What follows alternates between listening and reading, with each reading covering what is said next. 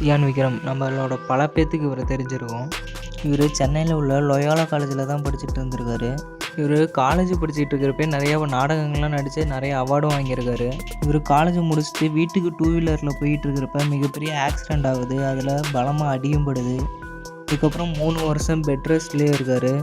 டாக்டர்ஸ்லாம் என்ன சொல்லிட்டாங்கன்னா இவரோட காலை எடுத்தே ஆகணும் அப்படின்ட்டாங்க. அதுக்கப்புறம் 23 சர்ஜரிக்கு அப்புறம் இவர் காலை காப்பாற்றுறாங்க. அப்பயும் சினிமாவில் உள்ள ஆர்வம் குறையவே இல்லை. 1990 என் காதல் கண்மணின்னு ஒரு படம் நடிக்கிறாரு. அவரோட முதல் 4 படம் மிகப்பெரிய தோல்வியில் தான் முடிஞ்சிருக்கு. அதுக்கப்புறம் இவரை வச்சு படம் எடுக்க யாருமே முன்வரவே இல்லை. அதுக்கப்புறம் தெலுங்கு மலையாளம் படத்தில் ஹீரோவாக நடிச்சிட்டு இருந்திருக்காரு. அதுவும் பெரிய அளவில் பேர் வாங்கி தரல. இருந்தாலும் இயக்குனர் பாலா 1990 இவரை வச்சு சேதுன்னு ஒரு படம் எடுக்கிறாரு. அதுவும் இல்லாமல் பாலாவுக்கும் அதுதான் முதல் படம். இருந்தாலும் அந்த படம் பெரிய அளவில் ஹிட் ஆகுது. அதுக்கப்புறம் நடித்த படங்கள்லாம் பெரிய அளவில் ஹிட் ஆகுது. காசி, பிதாமகன், அந்நியன், சாமி, ஐ இந்த மாதிரி படங்கள்லாம் பெரிய அளவில் ஹிட் ஆகுது. அதுக்கப்புறம் தான் ஏராளமான ஃபேன்ஸ் உருவாகுறாங்க.